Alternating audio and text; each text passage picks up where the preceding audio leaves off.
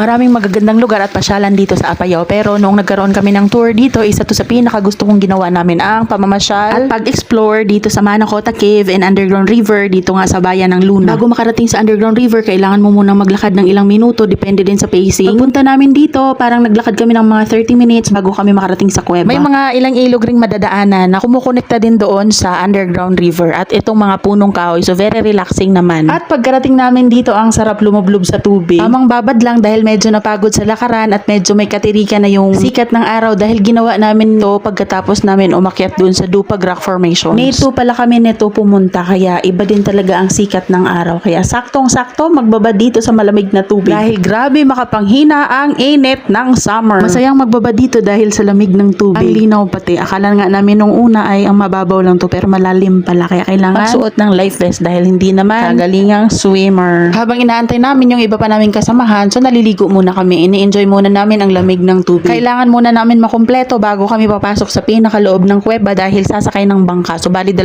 bangka ang gagamitin namin. Habang nandito pa kami sa labas ng kuweba, nai-enjoy din namin yung paligid dahil kung mapapansin niyo may mga isda ding maliliit. Nakitang-kita sa camera. At ngayon papasok na tayo neto sa loob ng kuweba. Mapapansin niyo ang ganda ng loob. Habang dahan-dahan na nagsasagwan yung bangkero namin, papalapit sa bungad ng kuweba, ramdam kaagad namin yung malamig na hangin na galing sa loob. Tapos tahimik yung paligid. Maririnig mo lang yung agos ng tubig mula sa taas, patak mula sa mga bato. Nandito pa kami neto sa bungad kaya medyo maliwanag pa. So habang papasok sa loob ng kuweba, nakaka-amaze talaga yung kakaibang rock formation sa loob. Iba-iba yung hugis ng bato. Parang natural na artwork na nabuo sa sobrang tagal ng panahon. Habang mas lumalalim kami, mas ramdam din yung lamig at preskong hangin sa paligid. Kaya mas nakaka-relax at syempre exciting experience sa loob ng kuweba. Sabi ko nga sa sarili ko, sa dami ng napuntahan naming magaganda din dito sa Apayao, para sa akin ito yung aking pinakagusto. Ito ang aking bias. Nung una kasi, alam kong pupunta lang kami sa cave pero hindi ko in-expect na ganito siya kaganda. Hindi siya yung tipong lugar na makikita mo lang sa picture tapos okay na. Mas maganda talaga siya pag actual mong ma-experience. Ibang level kasi talaga ng calmness at adventure para sa akin. If ever may balak rin kayong pumunta at isa to sa inyong mga bucket list, maganda rin magdala ng headlamp para at least may sarili kayong ilaw. Para kung sakaling gusto nyong ilawan yung mga parte na gusto nyong i-video, may ilaw kayo sarili. Kasi during our visit, yung tour guide namin may ilaw naman. Sa bawat bangka, may tigi-isa silang ilaw. Pero, ayun nga, kung gusto ninyong i-video para maganda yung kuha, mas maganda rin na may sarili kayong dala. Mas maliwanag, mas masaya. Nasa loob na nga kami na bahagi ng kuweba at ang tubig dito ay napakalalim na kaya mahigpit na ipinagbabawal ang mga pumapasok dito na walang kasamang local tour guides. Kasama rin sa SOP ang pagsuot ng helmet at pagsuot ng vest habang andi dito sa mula loob. Sa bungad ng cave hanggang papasok sa loob, so parang mga 15 to 30 minutes, depende rin sa pacing, sa lakas ng agos ng tubig, sa dami ng bisita kasi kapag marami ang bisita, syempre